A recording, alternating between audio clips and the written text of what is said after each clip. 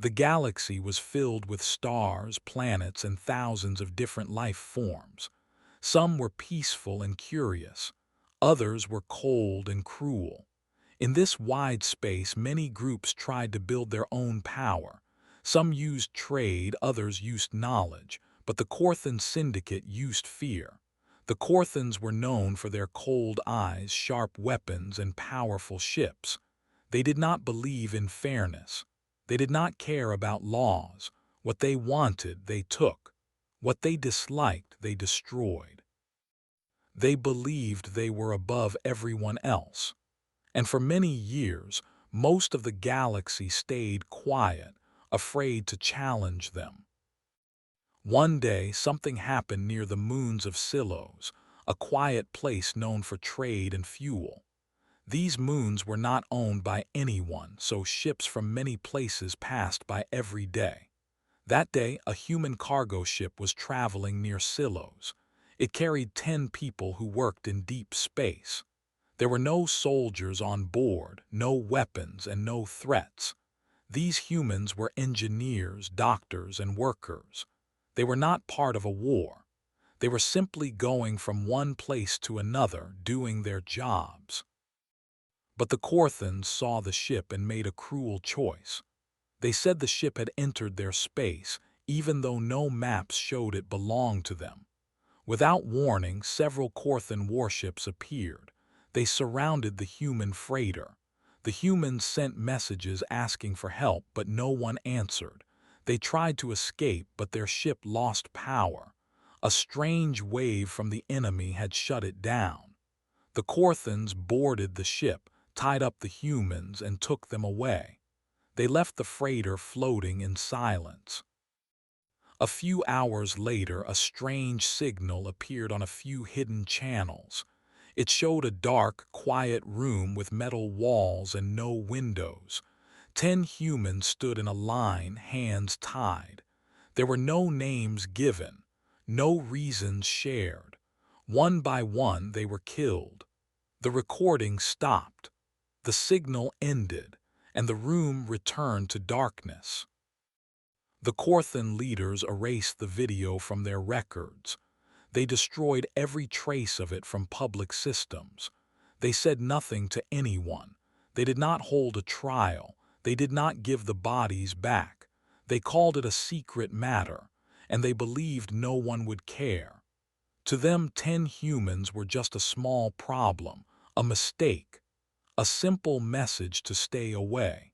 They went back to their work, their meetings, their plans, thinking the matter was finished. But they were wrong. The galaxy had seen, and Earth had heard. A hidden drone on the freighter built by one of the human engineers had escaped before the Corthans arrived. It flew into space and sent a copy of the video to a faraway trade station. A young worker there found it by chance. He did not know what it was at first, but once he played the video, he froze. His hands shook as he watched. The video was clear. The message was real, and the deaths were not an accident. That video reached Earth within days. Scientists, families, and leaders all saw it. People sat in silence. Some cried, others stared. The 10 humans in the video were not just names. One was a father of 2. Another had just finished medical school. One was a young woman who repaired damaged ships and once saved a crew of strangers from an explosion. These were real people. They had families, dreams, and lives. And now they were gone. The news moved quickly across human space. From Earth to Mars, from Luna to Titan, people saw the truth. It was not just about 10 people. It was about justice. It was about safety. If the Corthans could do this once, they could do it again. People began asking questions. Why were there no warnings? Why were the bodies not returned? Why did the Corthans act like nothing had happened? Anger started to grow, but it was not wild or out of control. It was cold, it was focused. Earth did not scream, it did not send threats, it watched, it listened, and it began to plan, quietly. The Corthans, on the other hand, ignored the rising storm. They saw the humans holding meetings, but they laughed. They thought humans were weak and full of feelings. They believed Earth would complain for a while and then move on. They had done this before to smaller planets. No one had ever fought back. No one had dared. They believed humans would do the same, talk for a while and then forget. But they were wrong again. The families of the dead crew members spoke to Earth's leaders. They did not ask for war. They asked for answers. They asked for respect, and Earth listened. The governments of Earth and the colonies held secret talks. They spoke with calm voices and clear minds. They looked at the past and made a choice. This could not be allowed to happen again.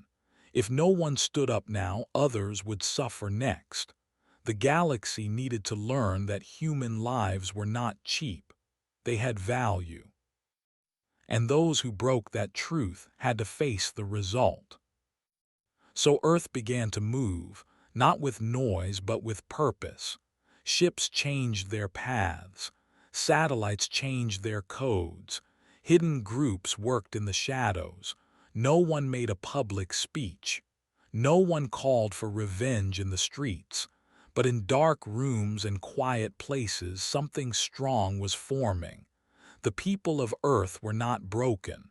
They were preparing. Meanwhile, the Corthans still smiled in their halls. Their leaders drank and joked. They signed deals and made plans. They told their people that everything was fine, that humans had learned their place, that no one dared to fight back. They believed their lie so deeply that they never saw what was coming. The story of those 10 humans did not disappear. It spread like a quiet wind through the stars. Other species heard it. Some had also lost people to the Corthans. Some had seen trade stations vanish. Some had seen ships stolen. But none had spoken out until now. Now they watched Earth closely. They waited to see what humans would do, because they knew that if anyone could send a message to the Corthans, it was Earth. The stars stayed silent for a little while longer. Ships continued to travel. Traders still sold their goods. But something had changed. A weight had entered the air. A chill had settled into the heart of the galaxy. It was not loud, but it was there. The Corthans had taken 10 lives. They thought it would end there. But it was only the beginning. The 10 people who were taken and killed near the Silos moons were not just strangers. They were not forgotten faces or nameless workers. Each of them had a home. Each had people who loved them. Each had a story that mattered. The Corthan Syndicate thought they were just random humans. They believed no one would notice or care. But they were very wrong.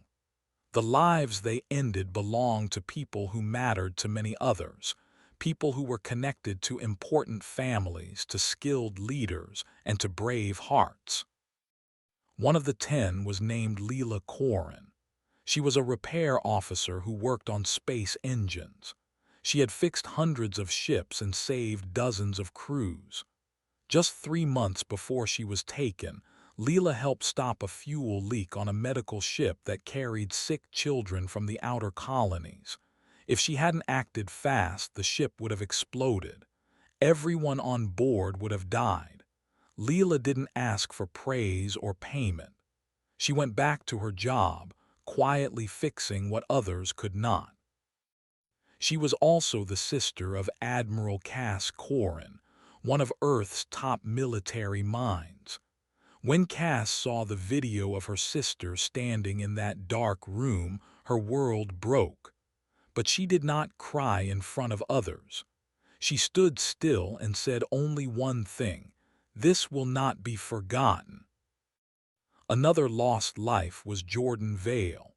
He was young, only 22, and had just finished his training as a deep space pilot. He loved stars and maps. He dreamed of discovering new paths through asteroid belts and helping lost travelers find their way home. Jordan was cheerful and kind. His mother, Marion Vale, was a well-known researcher who had helped design Earth's newest jump drive engines. She had built systems that powered half the human ships flying in the galaxy. When she heard the news about her son, she did not return to her lab. Instead, she joined a special team of engineers working on something secret, something powerful enough to protect every traveler who flew under the Terran flag. Among the 10 was also a man named Omar Dane. He was a space medic. He had worked for 6 years on small rescue missions, often going into dangerous areas to bring back people who had been left behind. He had once treated a group of alien miners trapped in a moon cave, even though their government had no connection to Earth. He believed all life had value. He had no family by blood, but he had friends all over the stars. One of those friends was Commander Tessa Bloom, a leader of the Red Wing Fleet. She owed her life to Omar. Years ago, he had pulled her from the wreck of a crashed cruiser during a battle between pirates and traders. When she heard he was gone, she ordered her ships to stand by. Quietly, without orders, she began to prepare. Another name on the list was Mika Han. Mika was an artist who painted large glass windows for space stations. Her work showed the beauty of planets, stars, and strange clouds in space. Many people walked past her art every day, not even knowing her name. But one person who did was her partner, Dalen Rowe. Dalen was a systems hacker for the Space Path Guild, a group that helped keep trade safe across dozens of star routes. He was not known to many, but those who knew him respected his skill. When Mika did not return home, Dalen used his tools to search. When he found the video, he shut off every light in his home and made a promise. He would not rest until those responsible were found and brought down. Juno Sate was another of the 10. She was a schoolteacher who worked with children in faraway colonies.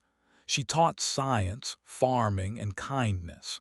She believed in helping others and building a better future. She had raised her younger brother, Luca, after their parents passed away.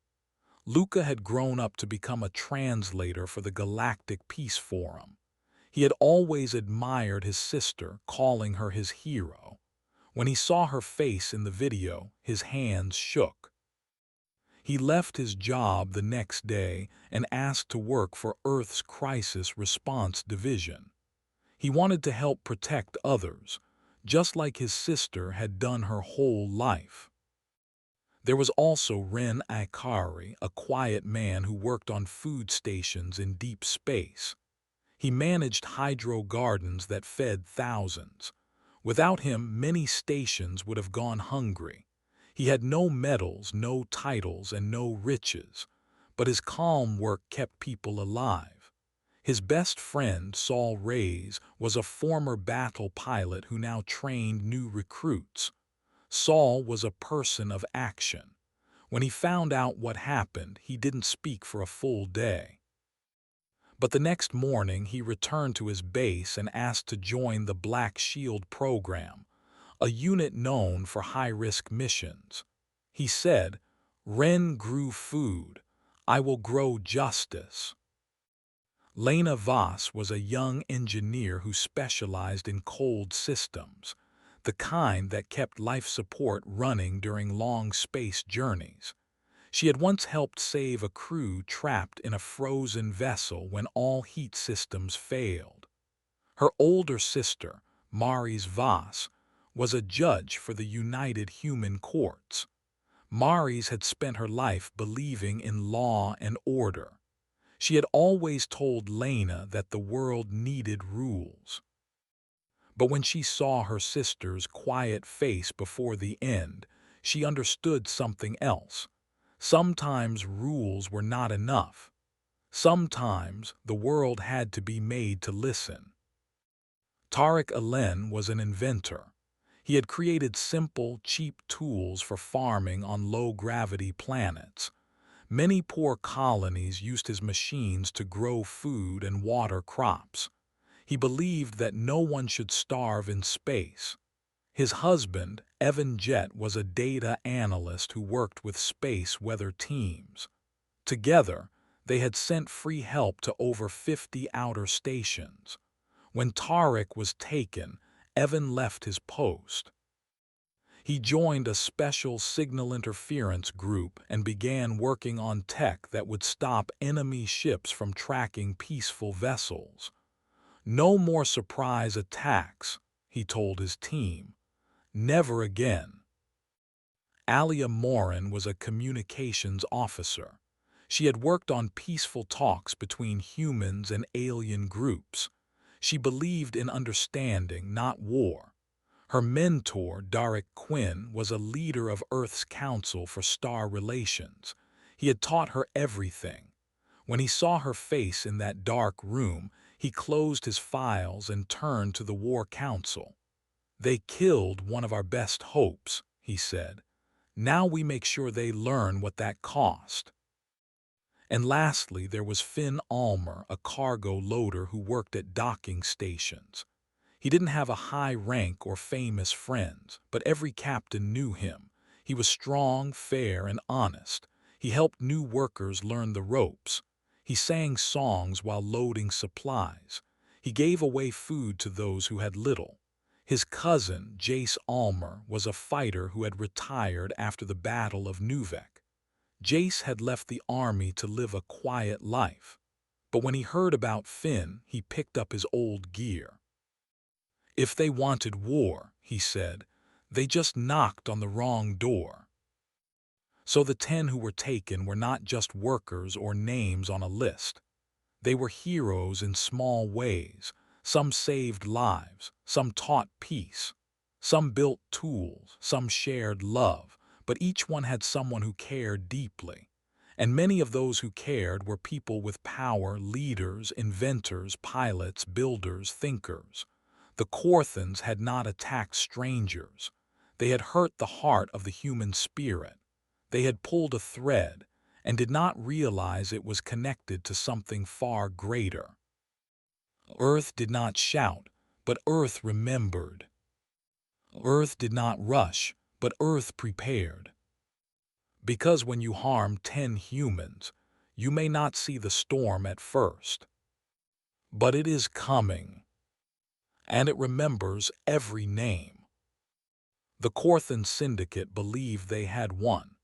After the capture and silent execution of 10 humans, they returned to their duties as if nothing had happened. They continued to trade, travel, and speak at council meetings. Their leaders showed no concern. Their merchants sold goods across the stars. Their ships moved through space with the same pride and power as always. They believed humans would stay quiet. They thought Earth would feel fear. But deep beneath that silence, something new had begun to grow. It did not start with armies. It did not begin with weapons. It began with small, quiet steps. The first thing to happen was the disappearance of a cargo ship owned by the Korthans. It had been on its way to deliver rare minerals to a trade station near human space. It was not a warship. It was large and slow, filled with metal and supplies.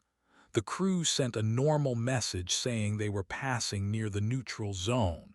Then all communication stopped. When Korthan scouts went to look for it, the ship was gone. No damage was found. No signal was left behind. It had vanished completely. The Korthans called it a mistake. They said it must have been a space storm or engine failure. They told themselves it was not important.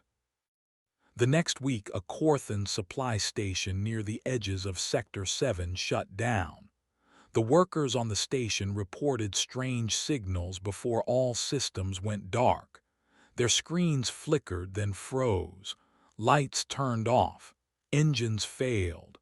By the time a backup team arrived, the entire station was empty. There was no sign of life, no sign of force. Nothing was stolen, nothing was broken, but everything had stopped working. Once again, the Corthans called it an accident. They blamed old machines, bad coding, and slow repairs. But the truth was much more troubling. These events were not random. They were not caused by space weather or faulty wires. They were the beginning of something planned, something made by human hands. Small teams had begun moving through the dark parts of the galaxy, silent as shadows. They did not carry large weapons. They did not wear bright armor. They did not need loud speeches. They moved with care. They studied paths. They learned systems. They waited for the right time to act. One of the first human actions came from a team of communication experts. They found a weak spot in the Corthan data web, a part of their system used for tracking ships and storing information. Without making noise, the humans slipped inside. They did not steal files. They did not destroy anything. They simply moved some numbers, changed a few labels, and made a few lines of code vanish. The next morning, a group of Corthan guards arrived at the wrong place, hours too late, confused by wrong orders. The humans left no trail behind. In another area of space, a Corthan patrol ship slowed down for a routine scan. It was traveling along a common route that passed near one of Earth's lesser-known relay moons. Nothing ever happened there. But on that day, the patrol ship suddenly stopped. Its engines froze. Its lights turned off. Its controls no longer worked. The captain tried to call for help, but the signal never left the ship. After 3 hours, the ship started again, but with no memory of what had happened. All their logs were erased. No one was harmed, but the message was clear. Someone had been there. Someone had taken control. The Corthan Syndicate still refused to take these signs seriously. Their leaders met in large rooms, spoke into microphones, and drank expensive liquids from glowing glasses. They told each other that the humans were scared, weak, and soft. They believed these small events were nothing more than bad luck. They were wrong. In secret, human minds were working. Engineers, pilots, and thinkers from across Earth's colonies had formed quiet groups. These groups were not part of any army. They had no official name, but they shared a single goal: to make the Corthans see the truth. These humans had lost family and friends. They had seen the cold, final image of the 10 executed, and now they worked with calm purpose. They studied every weakness in the Corthan system. They watched every move, listened to every signal, and mapped every habit. They were preparing, not for loud war, but for quiet strikes. Then a strange thing began to happen in Corthan trade zones. Small errors in pricing started to appear. Crates meant for one planet ended up at another. Shipments were delayed without reason. Identification tags began to switch randomly. Corthan merchants grew angry. Customers began to leave. Some blamed pirates. Others blamed lazy workers. But behind every mistake was a silent hand making tiny changes day after day. These errors were no accident. They were made by human hackers who had slipped into the Corthan trade system through forgotten doors and outdated locks. It was like watching a great machine slowly come apart, bolt by bolt. Elsewhere, Corthan soldiers began to report feelings of being watched. They would walk through quiet halls and feel a presence. They would hear a small sound and turn, but no one was there. Some guards began to leave their posts early. Others refused to patrol alone. Fear started to grow. It was not the fear of battle, but the fear of something unseen, the fear of something near yet silent. On a lonely moon base in Sector 4, a Corthan scientist opened her station door and found a small package. It was not a bomb, it was not a weapon. It was a box with a data crystal inside. When she played the file, it showed one of the 10 humans alive, smiling, working on the freighter days before the execution. The video lasted only 10 seconds. Then the words appeared, "You took our peace. We take your comfort." She dropped the crystal and backed away. She knew then that this was not over. The Corthans held a secret meeting to talk about the strange things happening. Their top security officer stood before the others and gave a long report. He showed maps, logs, and recordings. He pointed out that all of the events had something in common. They were near human systems, but never inside. He warned that someone was planning something. Still, most of the leaders laughed. "It's just human games," one said. "Let them play." Another added, "They don't dare to do more." But the officer, whose brother had died on the trade station, now offline, said nothing. He simply folded his report and walked out. Back on Earth, the people said very little. No big speeches were made. No bright banners were raised, but in homes, schools, and bases, everyone knew what was happening. They knew these small acts were only the beginning. They were not about hurting the Corthans. They were about sending a message the galaxy could not ignore. The humans had lost 10 of their own. Now they would take back something the Corthans valued even more: their control, their comfort, and their pride. It became clear that these early moves were not the full response. They were steps, like the slow turn of a machine before it starts moving fast. They were quiet tests, warning signs, and careful touches. Earth was watching how the Corthans would react. If they asked for truth, maybe there would be peace. If they continued to ignore the damage, more would follow. And the Corthans did not ask. So the humans continued. One night, a Corthan freighter flew past a small asteroid field. Nothing seemed strange.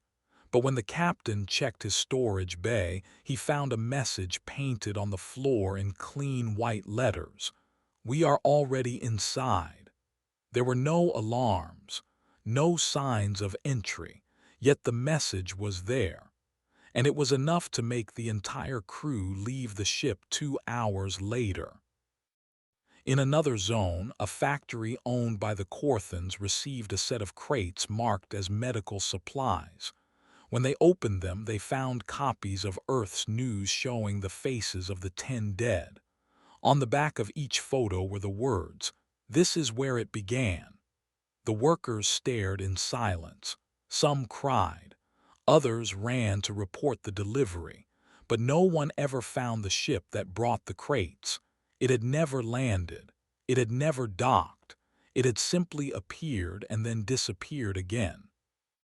The humans did not use guns. They used information. They did not shout. They left quiet reminders. Their actions were soft but sharp. They cut through the Corthan pride without leaving a drop of blood. These moves were not meant to win a battle. They were meant to shake the soul. And they did. Because now, even in the deepest corners of the galaxy, people were talking. Whispers of human revenge passed between traders. Rumors spread through communication lines. Some called it the shadow justice. Others called it the silent hand. No one knew where the humans would strike next. No one knew how they moved. But everyone knew this: Earth was no longer silent. And what had started as a quiet reaction was growing into something far more powerful. The Corthan Syndicate, once untouchable, had been touched. Not with fire, not with war, but with precision and with memory. The humans were not fighting for victory.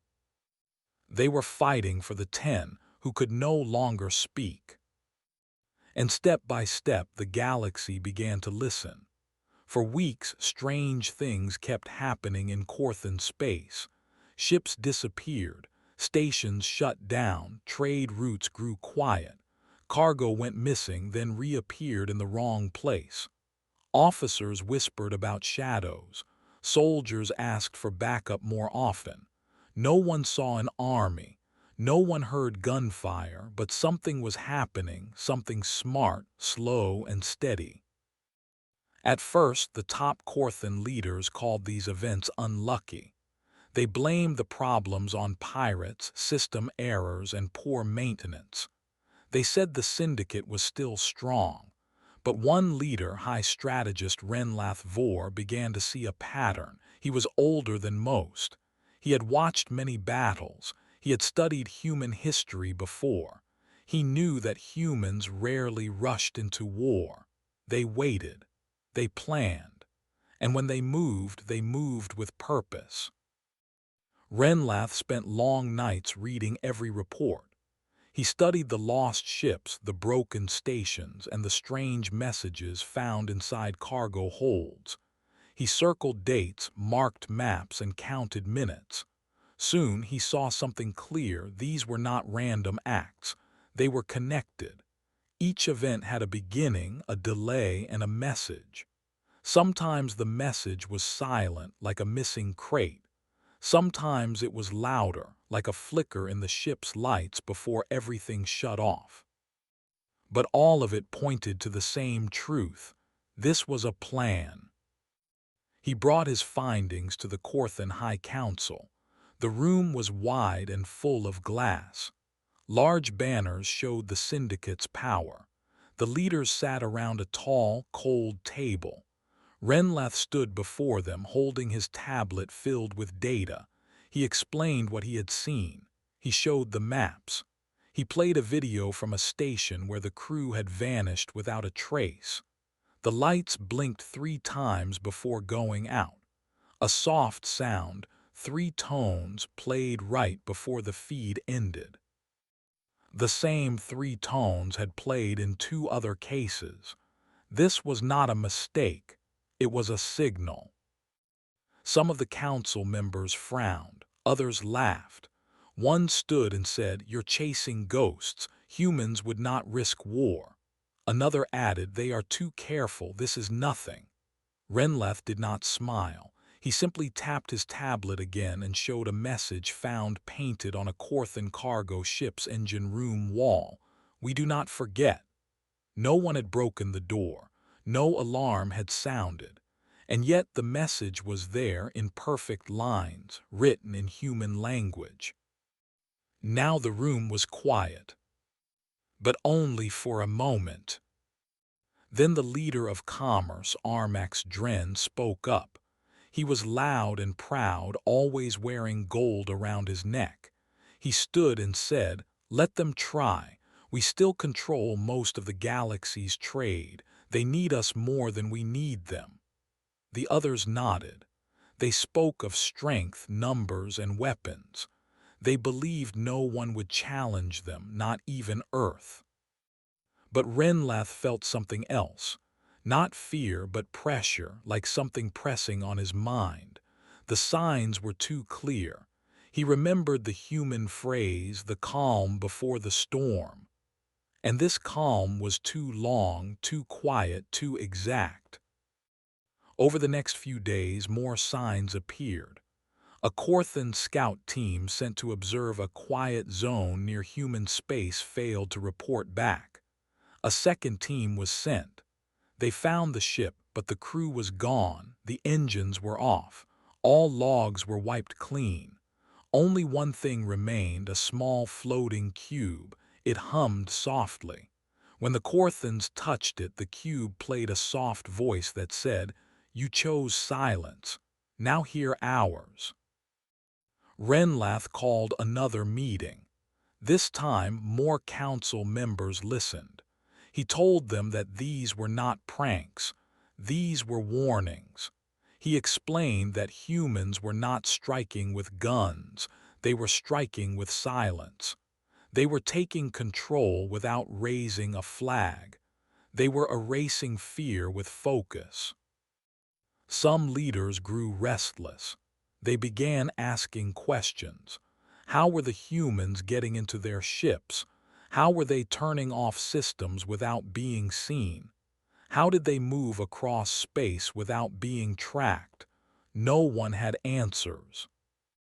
Corthan engineers were ordered to check every code, every lock, every gate, but they found nothing wrong. Ships looked fine. Stations ran smoothly until they didn't, until lights blinked 3 times and stopped, until orders got lost, until crates were moved, until people vanished. Always clean, always quiet. Meanwhile, human systems stayed calm. Earth did not speak to the media.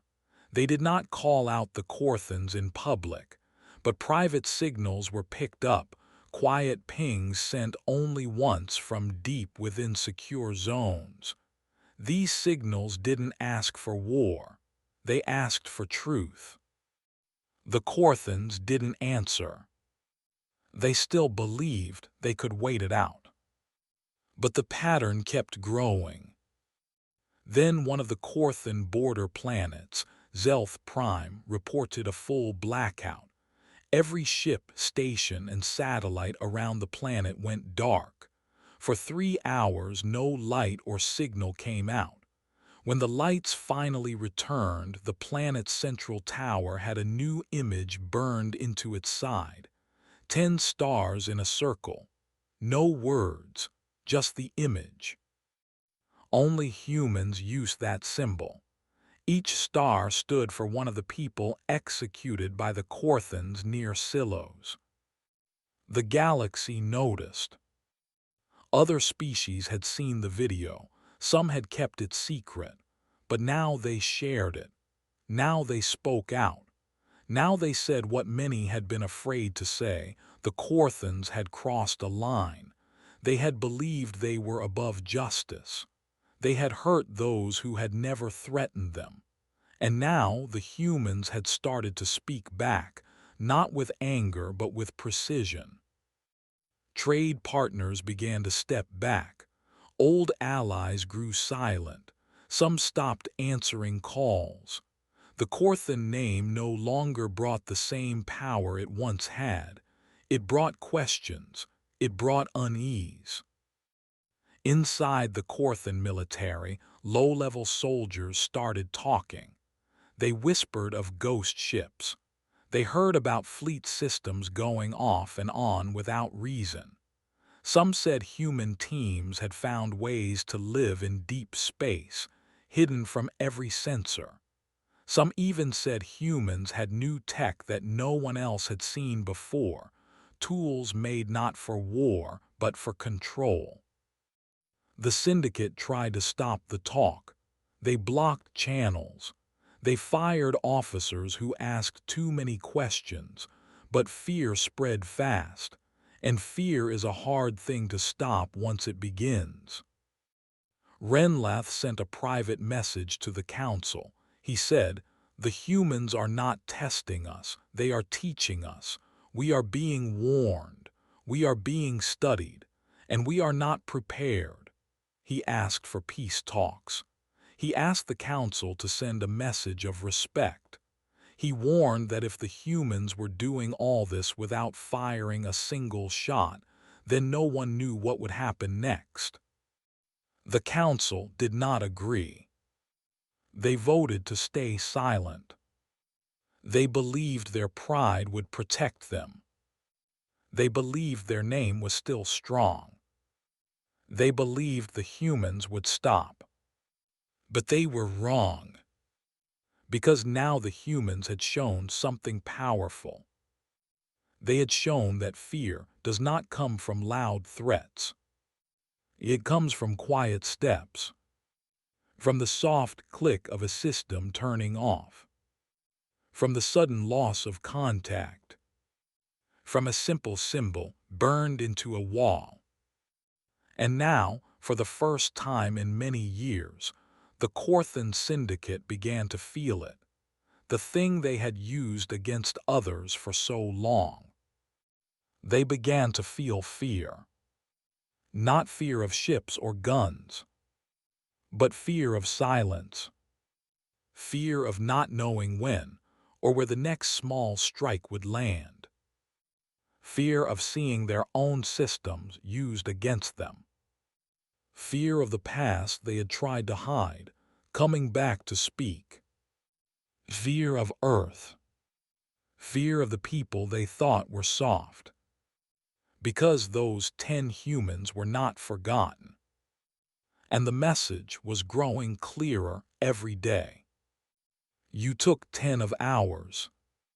We're taking everything you built. Piece by piece. Without noise.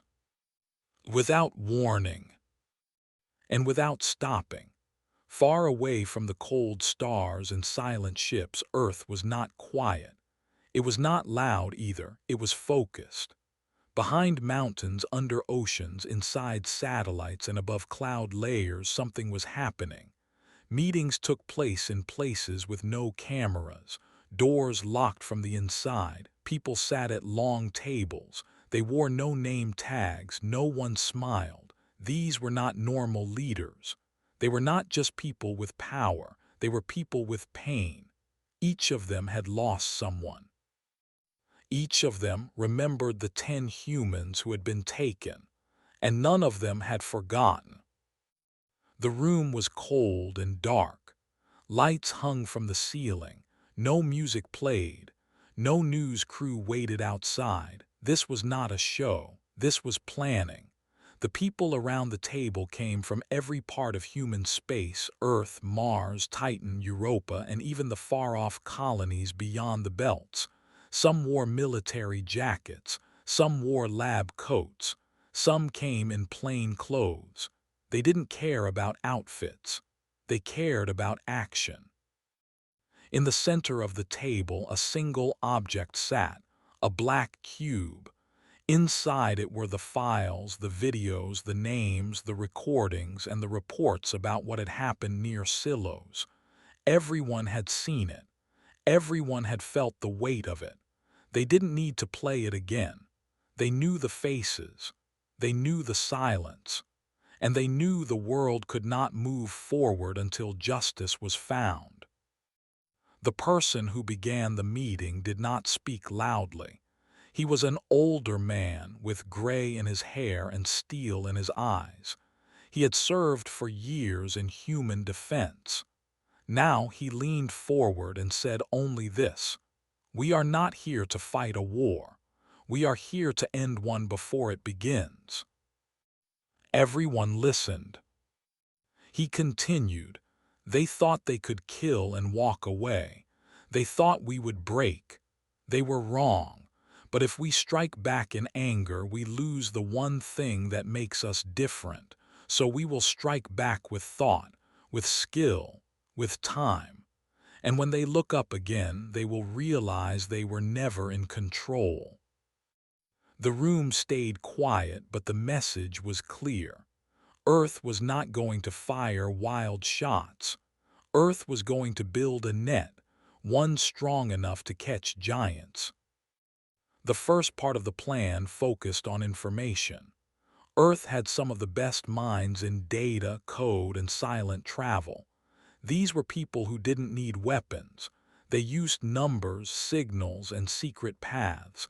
They were called the Fog Teams. Their job was to move through the shadows of space, never seen, never tracked, and find the soft parts of the enemy. These teams went to work at once. They didn't talk, they didn't brag, they just disappeared. Back at headquarters, the second group worked on signals. The syndicate depended on communication, long messages that passed between stars, guiding ships, and organizing trade. Earth wanted to keep those channels open, but twist them, not break them, just make them strange. One letter off, one order late, one name switched. If they pushed too hard, the Corthans would notice. But if they moved gently, no one would know until it was too late. Another part of the plan came from the engineers. These were people who built things no one else understood. They worked on machines that lived in the dark, tools that could hide under ships, crawl through systems, and sleep inside engines until the perfect moment. They were not bombs. They were reminders. Each one could cut a line, change a path, or freeze a control panel at just the right second. Next came the group called the Watchers. These were not spies. They didn't sneak into places or steal secrets. They observed.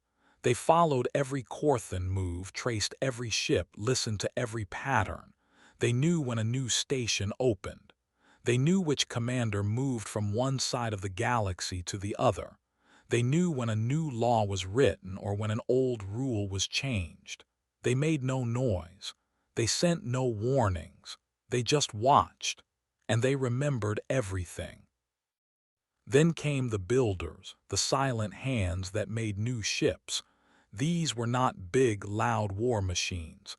These were fast, smart, and nearly invisible. They could move between sensor beams. They could land without shaking the ground. They could sit in silence for weeks. These ships were not made to fight large battles. They were made to appear and vanish, to deliver messages no one else could, to leave marks in places where no Corthan had ever been touched. There was also a smaller group, one not listed on any file. They were the planners. They did not build or fly or track. They imagined. They thought of every possible outcome. If the Corthans sent peace, they had a path ready. If the Corthans shouted for war, they had a wall already built. If the Corthans tried to lie, the truth was already prepared. These planners knew that the most dangerous thing was not an enemy's gun, but an enemy's belief that they had nothing to fear. Together, these groups formed the web. That was Earth's name for the plan. The web, not because it trapped things, but because it touched everything. The web had no center. It had no leader. Every part knew what to do. Every thread was quiet. If one part broke, the others kept going. It was strong and it was growing. While this happened, the rest of human space stayed calm. Trains ran on Mars. Children went to school on Luna. Farmers planted on Europa. Traders moved between stars. To the outside world, nothing had changed. But behind the scenes, every signal, every ship, and every story was being watched and moved by careful hands. A large part of the plan was patience. Earth would not rush. The Corthans wanted a quick reply. That's what they expected. But Earth was not going to give them the response they wanted. Earth was going to give them something far worse. A world that moved forward without them. A system that no longer needed their rules. A network of power that bent without breaking and then pushed back. To help with this, Earth reached out to old friends. Other species had also been hurt by the Corthans. Some had lost trade, some had lost people, some had lost trust. These groups did not speak loudly, but when Earth sent quiet messages, they listened. And slowly, carefully, they agreed to help not with weapons but with space, time, and silence. They offered hidden docks, secret routes, and quiet protection. No words were signed, no flags were raised, but a signal was sent: Earth was not alone. More plans were made, more tools were tested, but everything stayed hidden. The news channels saw none of it. The public didn't ask, and the leaders didn't tell. This was not a show for the galaxy. This was a task for the memory of the 10. And so, while the Korthans argued and waited, the web kept growing. It moved slowly through the dark, wrapping around the stars, learning each crack, each corner, each weakness. It whispered to systems. It crept through wires. It counted every beat of the enemy's heart, not to stop it, but to know it better than the enemy did. Even though Earth had many weapons, they did not use them. They wanted something deeper than destruction. They wanted the Korthans to feel what they had made others feel, not pain but powerlessness, not fear of death but fear of silence, fear of not knowing what comes next, fear of wondering if every blink of light was a message, fear of hearing a sound and wondering, is that them? That was the plan. Not to crush, not to conquer, but to remind the galaxy that Earth was not soft. Earth was listening. Earth was watching. And Earth had not forgotten. Every piece of the plan was built from memory. Every detail was shaped by love. Love for those who had been taken. Love for a future that had to be protected. The humans were not hungry for revenge. They were hungry for peace, but the kind that could not be broken by fear. So they kept building. So they kept moving. So they kept planning. And as the web stretched out, Earth stood still and waited. Not for a fight, but for the moment when silence became louder than any war. The web was ready. Earth had watched. Earth had waited. Now it was time to move, but Earth did not move with loud noise. It did not send fleets across the stars. It did not flash warnings or declare war. Earth moved like a shadow, a slow, careful shadow that slipped through every door the enemy left open. The Korthans had believed they were safe. They thought no one could reach them, but they had not counted on this. It began with a listening post on the edge of Korthan space. It was small, forgotten, and barely manned. One morning its lights flickered. Then nothing. The system froze. Every message stopped. Backup teams came, expecting to find broken machines or signs of attack, but the post was still there. Nothing burned, nothing exploded. The workers were alive but confused. All systems had shut down for 6 hours. When they finally restarted, one message sat on the main screen. It read, "First warning. Fix your eyes." The same week, 3 supply depots on 3 different moons went dark. The power inside the building simply vanished. No lights, no movement. When teams entered the first depot, everything looked normal. But the control room had been changed. All screens showed one picture, 10 stars in a circle. There was no damage, no theft. But when workers tried to restart the systems, they found their files had been scrambled. Food records were replaced with the names of the 10 humans who had been killed near silos. The next attack was even stranger. A large transport ship full of goods meant for Korthan colonies suddenly stopped mid-flight. It was still deep in space when its engines turned off. The crew panicked. The screens showed no errors, but the ship would not move. After hours of trying everything, they gave up. Then the ship slowly began to turn by itself. It rotated in place, silent and steady. Finally, it faced Earth's direction. Only then did the engines turn back on. That moment told the Korthans something important. The humans were not just close, they were inside. Inside systems, inside engines, inside code. They were not knocking on doors, they were already in the house. But Earth still had not taken lives. Earth did not destroy cities. Earth did not fire on fleets. Instead, the attacks sent one clear message: we can touch what you trust, and we don't need to shout. A factory in the Korthan capital shut down for a full day. No reason was found.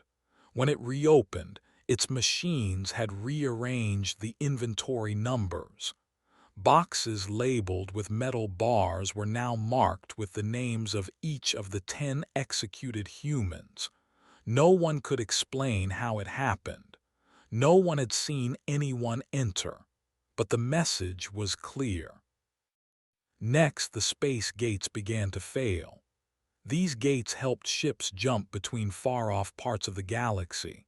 They were carefully monitored with layers of protection. But one by one they started to blink off. No alarms, no explosions. They simply stopped working for short periods. During those times, ships became trapped between jumps. Some lost fuel, some lost time. None were harmed, but every captain remembered the moment they sat still, drifting in the quiet dark, waiting. The people who worked in the Korthan government tried to calm the public. They said Earth was weak. They said nothing had happened that could not be fixed. But inside their own offices they were worried, very worried, because Earth had not sent threats. Earth had not made speeches. Earth had only done one thing: take control. And it did not stop. In the center of Korthan space, a warship called the Iron Wind was preparing for patrol. It was large and feared. The ship had many weapons and strong armor. It was meant to keep control. But when the crew stepped aboard one morning, the lights were off. Emergency power was active. The engines were locked. And every wall inside the ship was covered with one word, printed again and again in human writing: stop. No cameras saw who did it. No alarms sounded. But whoever had done it had taken their time. Even the language was a message. They could have used symbols, but they chose to write it in clear human words, so that the Korthans would have to read it over and over again. Stop. Stop. Stop. Every hallway, every screen, every floor. And the crew knew what it meant. This ship is not safe from them. Soon after, an entire base went offline. This base was special. It tracked ship traffic across 8 sectors. Its failure meant that hundreds of ships could not be watched. For 4 hours, the base was completely dark. When power returned, the database was untouched, but one file had been added. It listed the names, ranks, and home cities of the 10 people who had been killed. Under each name was the word "remember." The Korthan leaders could no longer pretend nothing was happening. They tried to trace signals. They searched systems. They sent patrols to investigate, but every time they found nothing. No enemy, no damage, just silence. Back on Earth, no one bragged. The teams kept working. The web kept moving. Everything followed the plan. Don't destroy, don't harm, just remind. Remind again and again that Earth had not forgotten, that Earth had waited, and that now Earth was reaching. The attacks continued. Korthan banks lost data. Numbers switched places. Money moved and vanished, only to return in strange patterns. No one lost their savings, but no one could track how the money had moved. A few small businesses went broke without warning or reason. A few powerful families lost ships that were delayed for weeks. Earth had touched the Corthan economy, and it had done so with a whisper. Next, the news changed. Corthan networks began to glitch. On the hour, 10 quiet faces would appear on screens. The sound would cut out. The image of the 10 humans would stay for 10 seconds, then vanish. It didn't matter the channel. It didn't matter the topic. It happened every day. The people began to ask questions. Who were these humans? What had they done? Why were they showing up? Leaders had no answers. Or rather, they had one, but they didn't want to speak it. They had killed them, silently, and now Earth was speaking back. Earth didn't celebrate. Earth didn't gloat. The humans simply continued. A training center for Corthan officers found its weapons room sealed shut. The lock would not open for days. When it finally did, everything was fine, except for a single note sitting on the table. It read, "Would you use these again? Or have you learned?" The pressure was growing. The Corthans began to slow down. Ships moved less often. Officers asked to stay home. Some traders refused to carry goods marked with the syndicate seal. Some workers called in sick. Some crews brought prayer items onto their ships, items from Earth. The strongest Corthan war leaders began to argue. Some said Earth was planning a full war. Others said Earth had already won. Some wanted to strike.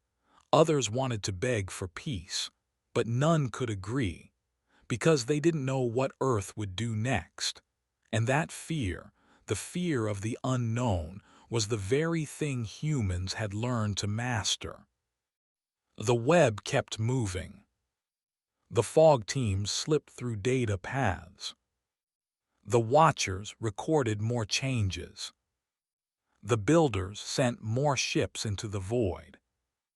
And the messages kept coming. No shouts. No armies. Only reminders. One message said, "You wrote silent, we reply in kind." Another said, "We do not conquer, we correct." And finally, one appeared on the largest tower in Corthan space. It was projected in light. It stayed up for 7 minutes before fading. The message read, "10 lives, a galaxy shaken, the balance begins." No ships landed. No bombs dropped. No bullets fired. But the Corthan Syndicate now understood. This was not the beginning of war. It was the middle of something worse. Something they had no map for. Something they had no weapon to fight. Because Earth had chosen a new kind of power. A quiet power. A power that entered without knocking and stayed without leaving.